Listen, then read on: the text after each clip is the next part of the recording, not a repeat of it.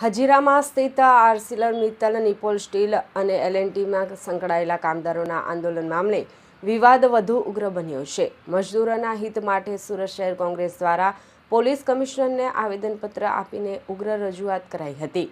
તેમાં મોટી સંખ્યામાં કોંગ્રેસના કાર્યકર્તાઓ ઉપસ્થિત રહ્યા હતા।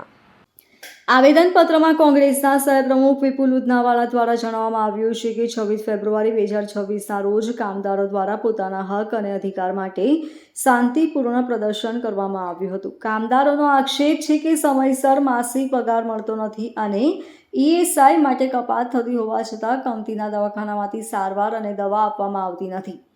રોજબરોજની સમસ્યાઓ અંગે કંપની સાથે ચર્ચા કરવાની માંગણી કરવામાં આવી હતી, પરંતુ સંચાલકોએ પ્રશ્નો ઉકેલવાને બદલે કડક વલણ અપનાવ્યું। આ પરિસ્થિતિમાં કામદારો હતાશ બનતા ઉગ્ર વિરોધ નોંધાવ્યો હતો। ત્યારબાદ કંપની દ્વારા પોલીસ બોલાવવામાં આવી અને કામદારો સામે ગુન્હા નોંધાયા હોવાનો આક્ષેપ કરવામાં આવ્યો છે અને કામદારો તથા શ્રમિક આગેવાનોની અટકાયત પણ કરવામાં આવી છે। કામદારો સામે અટેમ્પ્ટ ટુ મર્ડર જેવી ગંભીર કલમ લગાવવામાં આવતા ભયનું વાતાવરણ ફેલાયું છે। સાથે જ એવી પણ ભીતિ વ્યક્ત કરવામાં આવી રહી છે કે આંદોલનમાં જોડાયા ન હોય તેવા કામદારોનું પણ શોષણ થઈ શકે છે। આ સમગ્ર મામલે ઇન્ડિયન નેશનલ કોંગ્રેસ દ્વારા માંગણી કરવામાં આવી છે કે કામદારો સામે નોંધાયેલી FIR રદ કરવામાં આવે તથા કંપનીના જવાબદાર સંચાલકો અને કોન્ટ્રાક્ટરો સામે સખત કાર્યવાહી કરવામાં આવે। ચેતવણી આપવામાં આવી છે કે જો કામદારોને ન્યાય નહીં મળે તો ગાંધીજીના માર્ગે આંદોલન કરવામાં આવશે અને જરૂર પડે તો કાનૂની લડત પણ લડવામાં આવશે। વિપુલ ઉદનાવાલા, સુરત શહેર કોંગ્રેસ પ્રમુખ। આ સુરત શહેરની અંદર હજીરા વિસ્તારની અંદર AMNS કંપની છે, ત્યાં L&T ની કોન્ટ્રાક્ટની અંદર કેટલાક કામદારો કામ કરી રહ્યા હતા।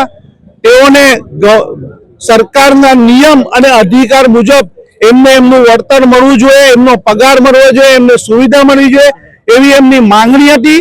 એ માંગણી માટે તેઓ સતત આ કંપની અને અધિકારીઓ સાથે કેટલાક સમયથી સંપર્કમાં હતા અને છેલ્લા જેઓએ આ અધિકારીઓએ તેઓનો જે અધિકાર છે તે આપવાની માંગણી ના પાડી, ત્યારે આ શાંતિપૂર્વક આંદોલન કરી રહ્યા હતા, ત્યારે આ અધિકારી અને માલિકોએ આમના વિરુદ્ધ ગુનો દાખલ કરાવ્યો, એમને ઉશ્કેરણી કરી, એમની ઉપર દમન કર્યું અને ત્યાર પછી જે રીતે સામાન્ય માણસનો ગુસ્સો ચરે છે એ રીતે ગુસ્સામાં આવી અને તેઓએ આ બનાવ બન્યા છે અને આ બનાવની અંદર જેટલા કામદારોની ઉપર ગુના દાખલ થયા છે એ બહુ ખોટી રીતે દાખલ થયા છે।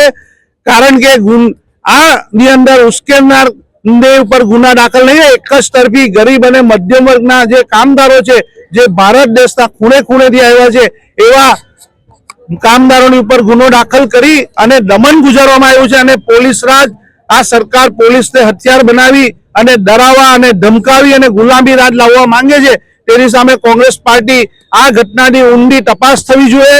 એના ઉપર તમામ પર જે ઉશ્કેરણી કરનાર જે માલિકો છે, જે અધિકારીઓ, એના ઉપર ગુનો દાખલ થવો જોઈએ એવી માંગણી લઈ અમે અહીં આવ્યા છે કે આની ન્યાય, કામદારોને ન્યાય મળવો જોઈએ। જ્યાં સુધી ન્યાય નહીં મળશે ત્યાં સુધી કોંગ્રેસ પાર્ટી આંદોલન ચાલુ રાખશે।